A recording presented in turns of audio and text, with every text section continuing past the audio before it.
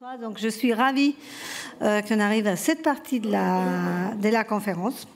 Et on enchaîne la partie maintenance, on arrive à la fin de la journée et on est ravis que tu sois là pour que tu nous parles de comment faciliter les opérations de maintenance grâce à une identification unique des pièces et des composants.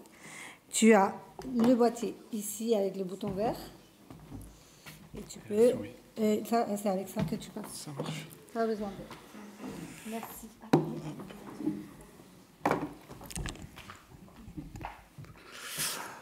Bonjour à tous. Donc, Charles-François Vermèche, SNCF Voyageurs.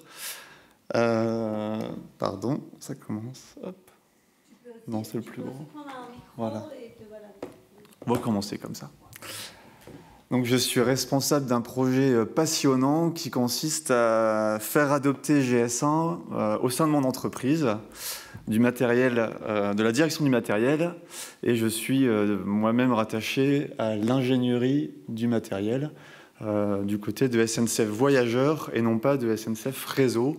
On est comme frères, mais quand même deux entreprises distinctes désormais. Alors, je suis très content de faire cette petite intervention. J'aurais pu vous faire un petit exposé de la SNCF ou vous demander pourquoi vous prenez le train. Est-ce que c'est pour des trajets domicile-travail? Est-ce que c'est parce que c'est écologique et respectueux de l'environnement? Pour le confort, la rapidité, les vacances, les affaires? J'aurais pu. J'aurais pu aussi vous demander ce qui est le plus important pour vous quand vous prenez le train. Est-ce que c'est le confort? Est-ce que c'est la propreté? Est-ce que c'est la ponctualité? Ou est-ce que c'est la voiture-bar? Ou j'aurais pu aussi vous assommer de chiffres, mais je vais quand même le faire, mais j'en donne que 5. Et la SNCF, en grand, c'est 30 milliards d'euros de chiffre d'affaires en 2020. 275 000 collaborateurs. Et d'ailleurs, j'aurais pu faire un petit lien avec Michelin, parce que je n'ai pas dit ce que signifiait SNCF, mais je pense que tout le monde connaît. La SNCF permet à 15 millions de voyageurs par jour de voyager. Dans les 15 millions, il y en a 3,5 en Île-de-France. Il faut savoir que le train est quand même dans l'air du temps et est 50 fois moins polluant que la voiture. Et on a environ 35 techniciens de maintenance au sein de la SNCF. Voilà. Mais en fait, je ne vais pas vous raconter l'histoire de la SNCF, parce que pour vous, c'est souvent résumé, entre guillemets, à des trains, à des gares, et puis des rails. Et effectivement, comme Claude Baudrich le disait tout à l'heure, c'est bien, bien plus complexe que ça, parce que derrière ces 4 lettres SNCF, se cache une filière bien plus complexe que ces 3 images juste avant. C'est toute une histoire, des acteurs multiples, engagés, des milliers de pièces, de trains, de composants. Et du coup, j'ai choisi de vous raconter la vie de Madame Klim et Monsieur Train. J'ai essayé de faire original. Madame Klim. Alors, je vais vous raconter un peu la vie de Madame Klim. Je me positionne en tant qu'opérateur ferroviaire, SNCF ou RATP par exemple, mais je vais parler pour SNCF. J'ai besoin de commander 100 nouvelles rames TGV pour renouveler mon parc. Je lance mon appel d'offres et puis un constructeur remporte le marché, au hasard, Alstom ou CAF ou d'autres. Une fois que ce constructeur a remporté le marché, il va devoir aller lui-même consulter X fournisseurs de clim, de moteurs, d'essieux, de cartes électroniques, de tout ce qu'on peut monter à bord de nos trains. Chacun de ces fournisseurs, qu'est-ce qu'ils vont faire? Eh bien, ils vont eux-mêmes, forcément, aller consulter d'autres fournisseurs, de fabricants, de composants, de matières premières, etc. À chaque étape, on va devoir dire de quelle référence on a besoin. Sachant que, vous le verrez juste après, on n'a pas le même langage pour l'instant. Et donc, on a chacun, à un moment donné, besoin d'un niveau de traçabilité. À la naissance, on a tous un prénom. Le nom plus le prénom fait qu'on est certainement unique dans le monde. Le mien encore plus, peut-être, Charles-François. Et en fait, comment définir la référence de ma clim à sa fabrication? Sachant que, premièrement, jusqu'à maintenant, ou jusqu'à il y a peu de temps, on n'avait pas de standard dans la filière ferroviaire. Sachant que d'un projet à l'autre, d'un fournisseur à l'autre, d'un client à l'autre, on peut avoir une spécification différente. Donc concrètement, une pièce qui est strictement identique pour un fabricant qui est livrée à 3 clients différents, aura 3 références différentes, alors que c'est la même pièce. Donc ça veut dire 3 manières de stockage différentes, 3 chaînes de fabrication différentes, juste parce que potentiellement la référence ou la plaque de firme est différente. Alors que techniquement, c'est la même clim ou la même pièce. Et donc on se retrouve avec une référence article du fabricant, une référence article du constructeur, et puis nous, on n'en a pas assez, on va en rajouter une, SNCF. Donc vous voyez que c'est bien trop. Et concrètement, voilà ce qu'on a aujourd'hui. Comment savoir, quand j'ai une pièce sous les yeux, quel est son nom et son prénom? C'est compliqué. Alors en plus de ça, Madame Klim, elle a une vie bien agitée, bien chargée. Elle est d'abord, forcément, tant qu'à faire, elle est montée sur train la première fois. Donc on pose la clim, on monte la clim sur le train neuf qu'on a commandé. On a besoin de savoir comment elle s'appelle à ce moment-là. Pendant son cycle de vie, il faut savoir que sur la clim, on a besoin de réaliser des tests d'étanchéité au moins une fois par an. Donc là aussi, j'ai besoin de savoir quel est son numéro d'identifiant. Et puis, elle peut être remise au potentiel, c'est-à-dire remise à zéro pour renouveler un nouveau service pendant X années, X kilomètres. Et puis, forcément, des pannes, ça arrive à tout le monde. Elle peut être déposée parce qu'elle est en panne. Et là, 2 options, soit les réparer en interne par l'opérateur, soit les réparer chez un sous-traitant. Et puis, forcément, à un moment donné, elle est heureusement remontée sur train, elle est suivie en configuration. On a besoin de savoir que cette clim-là, précisément, référence A, numéro de série Tartampion, est montée sur la voiture 2 de la rame 201, par exemple. Et puis, 40 ans après, c'est sa fin de vie, puisque Madame Klim, elle a une durée de vie d'une 40aine d'années en général. Donc on voit bien qu'il y a tout un tas d'étapes au cours de la vie de la clim qui nécessitent de pouvoir l'identifier et de garder une traçabilité par tous les acteurs. Le fabricant, le constructeur, le mainteneur, le sous-traitant, etc., etc. Mais heureusement, la famille de Madame Klim a adopté le standard GS1 et on va pouvoir faire un peu mieux que ce qu'on fait jusqu'à maintenant, puisque désormais, avec cette première étape qui est d'identifier, on est capable de donner à la clim un numéro unique, un identifiant unique, dès le départ, à la source. Comme elle a un numéro unique, et que dans la filière ferroviaire, on a choisi de partir également sur un GS1 Data Matrix, l'inscription en clair du code GS1, et si possible, une puce RFID, on est capable d'automatiser la saisie en un scan, de mettre fin à toutes nos saisies manuelles et donc forcément de participer à la digitalisation de la maintenance, à améliorer la fiabilité de nos données et à gagner beaucoup de temps. J'ai tenu à mettre le mot jumeau numérique parce que concrètement, on ne veut pas mettre dans le tag tout un tas d'informations qui sont liées à la pièce, on veut y mettre uniquement son code, son identifiant.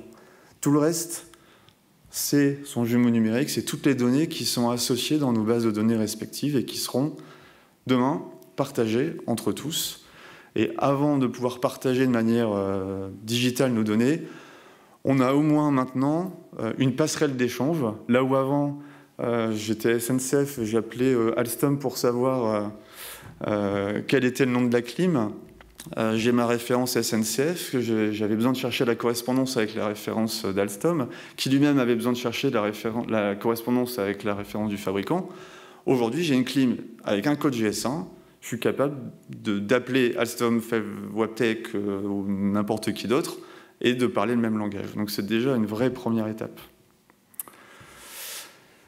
Et voilà un peu, par rapport à la photo que je vous ai présentée juste avant, une illustration de quelques étiquettes ou plaques d'identification GS1 qui vont être mises en place sur le projet TGVM.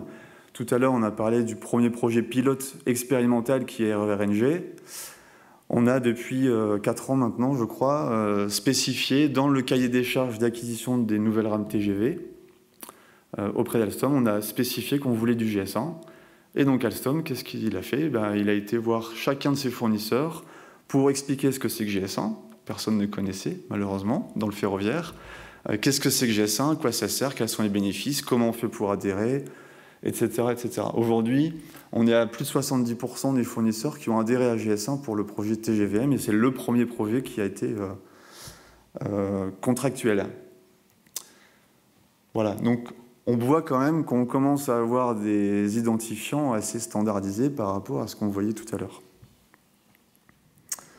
Et donc à quoi sert l'identification GS1? Je pense que depuis ce matin, on l'a tous compris. Je vais peut-être me répéter, hein, mais concrètement, ça permet d'améliorer la traçabilité de nos pièces, d'améliorer la gestion de nos stocks, de nos données, de pouvoir avoir une meilleure maîtrise de la gestion de configuration de nos pièces. Il faut savoir que sur certaines pièces comme la clim, les essieux et bien d'autres, on a l'obligation de savoir où sont montées les pièces à l'individu sur nos trains. Et tant qu'on est sur un système non standardisé avec des saisies manuelles, je peux vous garantir que des écarts, on en a un peu trop. Voilà pour Madame Clim. Alors, Monsieur Train, maintenant, c'est autre chose. Je vais vous raconter la vie d'un train et en quoi on a besoin de l'identifier chez nous. Alors, on a beaucoup de termes. On parle de train, de rame, de véhicule, de caisse, de remorque, de motrice. On est assez fort pour faire varier les terminologies, mais voilà une rame TGV, par exemple, qui est composée de 2 motrices et de 8 remorques, par exemple. À la naissance, à la création de ce train, chaque véhicule a un numéro d'immatriculation européenne qu'on appelle l'EVN, à 12 chiffres, et ça, c'est indiqué dans une norme européenne. Donc tous les pays européens font la même chose. Ce qu'on voit sur les photos, c'est qu'on a le l'EVN qui est inscrit en clair sur la façade. Alors heureusement, depuis toujours, on a des solutions de localisation et de géolocalisation de nos trains sur nos territoires, heureusement. Mais dans certains cas, on a quand même besoin de l'identifier de manière très précise et instantanée. Donc là, par exemple, j'ai un train qui passe. Comment je peux savoir son nom et son prénom et son numéro d'immatriculation, à votre avis? Soit on met quelqu'un sur le bord qui essaye de lire l'immatriculation, mais je vous rassure, c'est pas ce qu'on fait quand même. Eh bien, heureusement, on a des travaux qui ont été menés depuis plus de 10 ans dans la filière ferroviaire et qui ont abouti à la rédaction d'une norme européenne, EN 17230, et qui dit exactement comment faire. Dans la norme, on nous dit où mettre le tag RFID sur le véhicule, à quelle hauteur, en quinconce, devant à gauche, derrière à droite, qu'est-ce qu'on encode dans le tag pour s'assurer d'une réelle interopérabilité. Et dans le tag, on y met le préfixe entreprise du détenteur, du matériel, le côté, gauche ou droite, 1 ou 2, pour savoir sur quel côté est positionné le tag, et puis les 12 chiffres du numéro d'immatriculation européenne du véhicule. Et en plus, la norme dit concrètement les caractéristiques techniques attendues du tag, en termes de distance de lecture, entre autres. Voilà, donc l'idée, c'est bien d'avoir un tag qui fasse le lien entre le bord et le sol, et entre l'ensemble des opérateurs ferroviaires. Voilà. On est vraiment dans cette dimension d'interopérabilité entre tous, qui est de plus en plus vrai avec la concurrence et le besoin de compétitivité. Donc de quoi on a besoin? On a besoin de tags RFID, vous en avez vu quelques-uns sur le stand qu'on tient depuis ce matin. On a besoin d'une application mobile qui nous permet d'encoder des tags avec un lecteur, une tablette ou un smartphone, d'un schéma d'implantation du tag sur le véhicule grâce à la norme, et puis des antennes. Ça paraît simple comme ça. Et donc, depuis 10 ans, on a déployé des tags RFID sur l'ensemble de notre parc. On a 15 000 wagons qui sont équipés. On a 100% du parc TGV. On a aujourd'hui plus de 30% du parc Transilien qui est équipé. Et on continue. On ne déploie pas juste pour le plaisir de déployer, hein, mais bien parce qu'on a des vrais besoins qui sont là, présents, et qui nécessitent de pouvoir identifier une rame. Le premier, c'est le banc automatisé de maintenance. C'est ce qui a fait qu'on a déployé ces tags en masse. Ensuite, on a l'équipe qui était là tout à l'heure avec le boîtier DDA, détection départ-arrivée, pour permettre de mesurer à la seconde près toutes les entrées et sorties de rames en gare de Nantes. Et ce boîtier, il va être déployé beaucoup plus dans les techniciens de maintenance, dans des gares, dans des voies de service. Et on va continuer encore et toujours. On a aussi le besoin de suivre le passage de nos rames en machine à laver pour s'assurer qu'elles soient propres avant d'être mises en commercial. On a des stations de tonnage qui sont mises en place par SNCF Réseau. Je cherche... mince alors. Ah voilà, Pierre, pardon. Qui a expérimenté avec 2 antennes à Dijon et qui a lancé un appel à déploiement, un appel à expérimentation auprès de tous les opérateurs ferroviaires pour déployer les tags suivant GS1. Et puis, on a aussi un cas qui peut être un peu risible ou particulier, qui permet de détecter la présence de graffitis sur nos engins. Donc vous voyez que tous ces besoins-là, ils sont présents. Je dois me dépêcher, je pense. Un petit mot sur l'organisation de la filière ferroviaire. Ça va aller vite puisque ça va vraiment faire écho avec ce qui a été dit tout à l'heure dans la table ronde. On a 3 axes de déploiement identifiés au sein de la filière. Le premier, c'est l'identification des véhicules, c'est ce que je viens de vous montrer. Le deuxième, c'est le fait de pouvoir intégrer GS1 dans l'ensemble des nouveaux projets d'acquisition. Donc là, nous, SNCF, mais les chemins de fer suisses, la Deutsche Bahn, Siemens, la RATP, on suit tout ce mouvement. Donc plus on aura de nouveaux projets qui vont demander GS1, plus on aura d'adhérents, plus on aura de bénéfices. Et c'est vraiment un cercle vertueux dont je reviendrai juste après. Le troisième axe, en attendant que tout ça se passe, c'est que nous, en tant qu'opérateurs, on souhaite déployer le standard sur nos pièces qu'on a déjà en service. C'est pour les mettre en qualité, supprimer les doublons, générer nos propres codes GS1, trouver des tags, des étiquettes qui résistent à notre environnement ferroviaire, commencer à mettre à jour nos systèmes d'information, et on est en plein dedans. 2 chiffres, on a environ 18 000 références de pièces de maintenance chez nous, 18 000 références. Aujourd'hui, on est en train de déployer GS1 sur 1235 références. Et en termes de volumétrie de pièces, on a un peu plus de 10 millions de pièces réparables, suivies au numéro de série. Sur les 10 millions, on en a identifié 30 000. Parce qu'en fait, dans le process, on déploie au fur et à mesure des réparations, donc ça va prendre des années et des années. Donc il y a vraiment cette phase de transition qu'on va devoir gérer et accompagner dans le temps, pendant plusieurs années. Je pense que le mot-clé de la journée et de ce qui se passe dans la filière ferroviaire, c'est vraiment cet esprit de collaboration. On a tous des besoins à la fois liés, à la fois différents. On a des bénéfices parfois différents et complémentaires. Il faut absolument qu'on continue à se mettre autour de la table et à se mettre d'accord, en France, en Europe et plus loin. Et c'est ce qu'on fait déjà avec les germanophones, mais aussi avec l'Australie, avec l'Inde, qui est aussi sur les mêmes enjeux. Voilà, donc pour terminer, 2 petits slides. Pour moi, GS1, c'est vraiment un cercle vertueux. GS1, c'est pas une fin en soi, en fait. C'est pas négatif ce que je dis, mais c'est qu'un code, en fait. GS1, c'est qu'un code. Un code unique. Et les bénéfices, ils sont pas liés à GS1 tout seul, ils sont liés à ce qu'on va en faire. Et donc pour moi, pour nous, il faut plus de cas d'usage, il faut des victoires rapides. On est dans cette philosophie de step by step, d'avancer pas à pas et de montrer que les petits ruisseaux vont faire les grandes rivières et que plus on aura de cas d'usage, plus on aura de manières, de modes de déploiement, plus GS1 sera un prérequis, plus les bénéfices seront importants et plus le saut de performance de la filière sera au rendez-vous. Et on voit bien que là, dans la filière, on a parlé des trains, on a parlé des pièces de maintenance, Mais aussi, on peut parler des équipements de protection individuelle collective, on peut parler des outillages, des installations, des agrès de manutention. On peut tout faire. Donc, plus on aura ces cas d'usage, plus on aura de monsieur, madame, et plus on pourra parler le même langage entre nous tous. Voilà, donc à la prochaine pour d'autres histoires de monsieur, madame.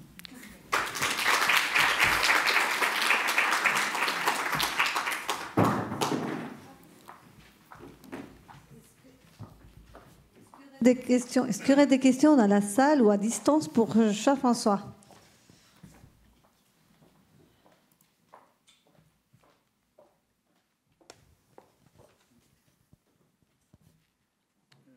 Oui, merci pour la présentation.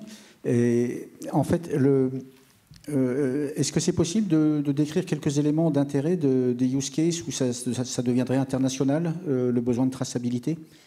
Le fait que plusieurs pays hors France commencent à faire le même besoin de traçabilité finalement. Alors oui, je pourrais même presque laisser la parole à Claude Baudry, mais en fait aujourd'hui, Claude peut-être pour commencer, non? Bon, je continuerai. En fait, là on parle SNCF, on fait circuler nos trains en France, mais aussi à l'étranger. Par contre, les pièces qu'on achète, elles sont achetées chez des fournisseurs type Wabtec, qui est lui-même amené à livrer ces mêmes pièces dans d'autres pays européens que la France. Donc déjà, on n'est pas franco-français. Hein. Peut-être malheureusement, j'en sais rien, mais en tout cas, ce que notre besoin, nous, SNCF, le besoin de la RATP, est le même globalement que les chemins de fer suisses, la Deutsche Bahn, la Renfe, etc.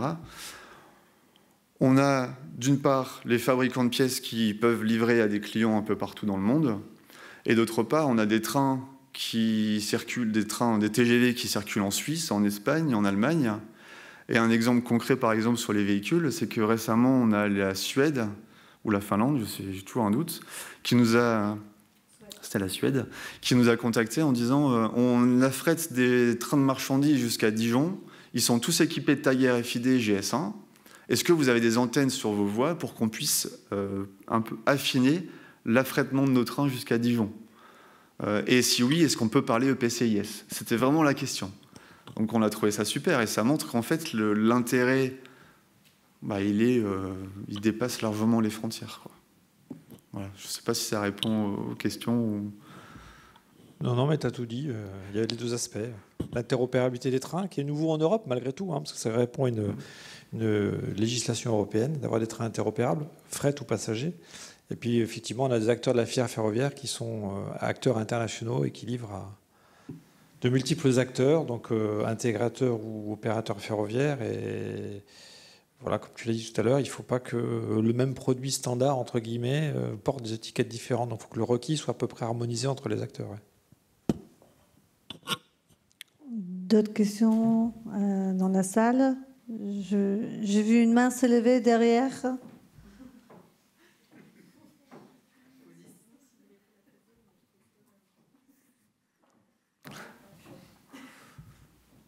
Pierre Williams, SICAM, vous avez parlé de gestion du versionning. Comment vous coordonnez ça avec la codification GS1? C'est une référence spécifique ou vous gérez l'indice de révision? Encore pour Claude. Là aussi, décidément, vous voyez qu'on travaille en collaboration entre nous. Hein. Je vais laisser Claude répondre. C'est une bonne question qui nous a mobilisé un certain temps sur le sujet. Donc aujourd'hui, c'est clair que dans la codification GS1 ne sera pas pris en compte des données évolutives. Donc un indice de révision est par essence une donnée évolutive. Donc elle pourra apparaître sur une étiquette. D'ailleurs, il y a quelques exemples qui ont été montrés tout à l'heure où en fait sont codés GS1. Donc on va retrouver le EGTIN par exemple. Et l'indice de révision, c'est simplement une information en clair à travers une matrice de révision avec un indice coché. Par contre, l'idée, c'est voilà, cette information, elle sera remontée dans la base de données EPCIS, okay, et donc forcément mise à jour au fur et à mesure des évolutions. Et donc c'est en interrogeant donc la base qu'on saura l'évolution de l'indice de révision. Et l'autre question qu'on s'était posée par rapport au versioning, c'était le démarquage. Parce que ça aussi, dans notre spécificité ferroviaire, on peut avoir des pièces que l'on peut démarquer. C'est-à-dire qu'en cours de vie, la pièce va changer de référence. Donc, c'est-à-dire que j'avais une pièce fabriquée par Wabtec, par exemple, qui va sortir de nos lignes de production avec un Jetine, ou un Jetine, puisqu'il sera sérialisé. Et puis à un moment donné, il y a une évolution technique, et finalement cette pièce-là va être scrappée. Donc ma clim, je reviens sur madame, ma clim va être démontée, scrappée, enfin mise au rebut, etc. Elle va être remplacée par une autre clim. Et donc cette autre clim, ce sera un nouveau Jetine, donc c'est ce qu'on appelle le démarquage, mais il faudra toujours quand même bien assurer l'historique. C'est-à-dire que ma clim A, qui était montée dans le train B, elle est remplacée à un instant D par une clim C dans le même train, quoi. Voilà. Et donc ça faisait partie des questions qu'on avait, je dirais, sur la gestion, je dirais, de nos produits pendant le cycle de vie. Dans quel cas je dois démarquer, changer la numérotation, dans quel cas je dois garder la même numérotation, donc le même Jetine, mais je fais un changement d'indice. Et voilà. Je ne sais pas si j'ai répondu à la question, mais c'est clair, par contre, l'indice de révision, il n'est pas codé GS1, ça c'est clair. Il peut apparaître en clair sur une étiquette, mais il n'est pas codé GS1. Par contre, c'est accessible dans la base de données de PCIS, et on accédera à la base de données de PCIS grâce au scan du code produit.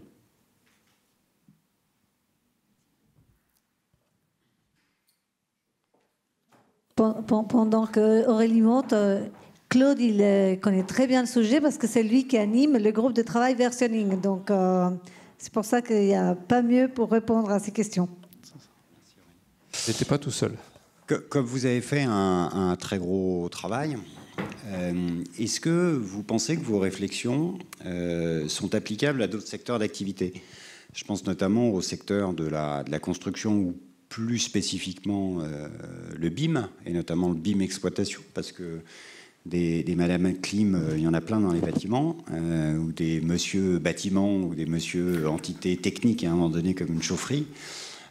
Est-ce qu'on pourrait imaginer d'exporter, entre guillemets, ou de personnaliser complètement vos réflexions pour un autre secteur d'activité, ou est-ce que c'est très spécifique au ferroviaire? Oui, c'est clair.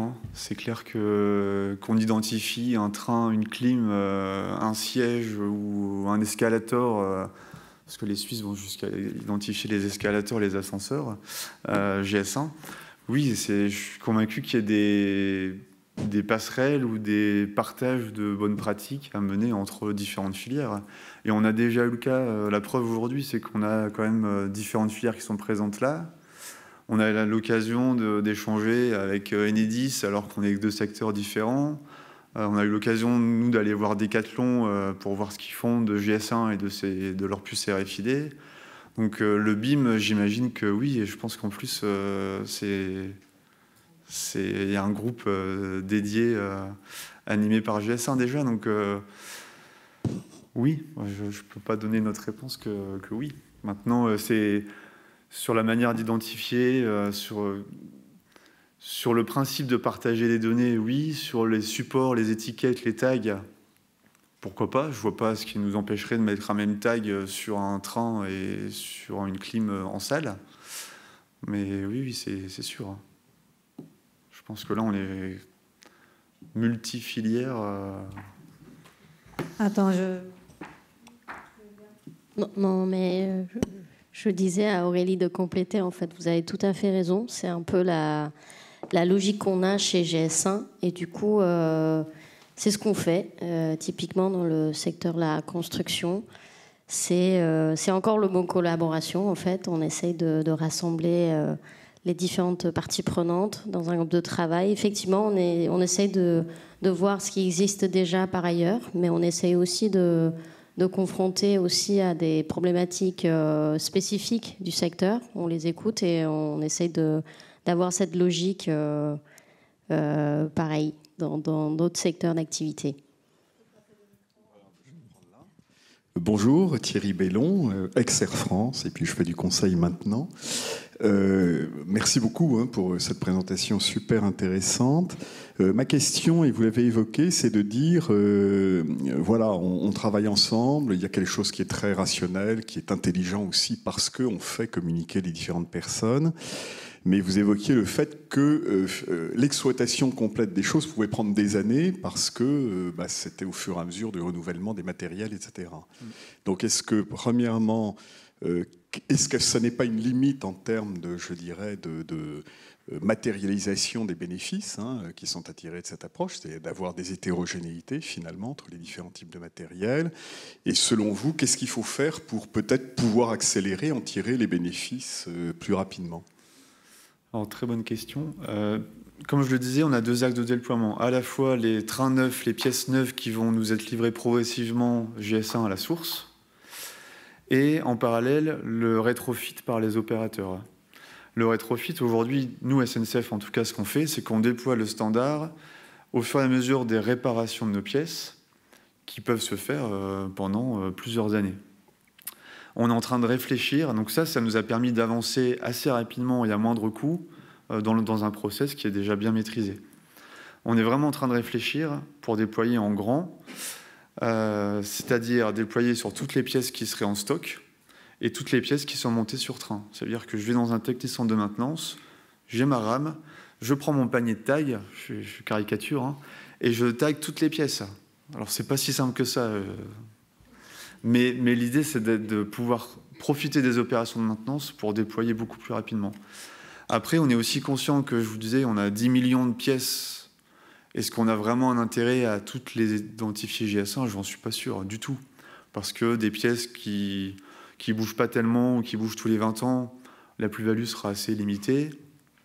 Des pièces qui sont montées sur des rames en fin de vie, l'intérêt aussi est assez limité. Donc on n'arrivera pas à déployer sur toutes les pièces en service. Mais en tout cas, il faut qu'on trouve d'autres vecteurs de déploiement. Et après, dans la filière, on a quand même, j'ai parlé de TGVM, mais on a aussi d'autres projets de matériel neuf qui demandent du GS1 par différents opérateurs. Et je pense que l'un des axes d'accélération, c'est celui-là quand même. Merci, merci à vous, merci à tous, merci cher François pour cette présentation très claire. Juste pour compléter aussi, il faut savoir que quand on passe dans une phase de transition, il faut savoir qu'il va falloir faire cohabiter deux systèmes d'information en même temps pendant un moment, pendant cette phase de transition. Et c'est clair que ce n'est pas évident pour les opérateurs et les donneurs d'ordre. Mais bon, des questions très intéressantes. Encore merci, cher François.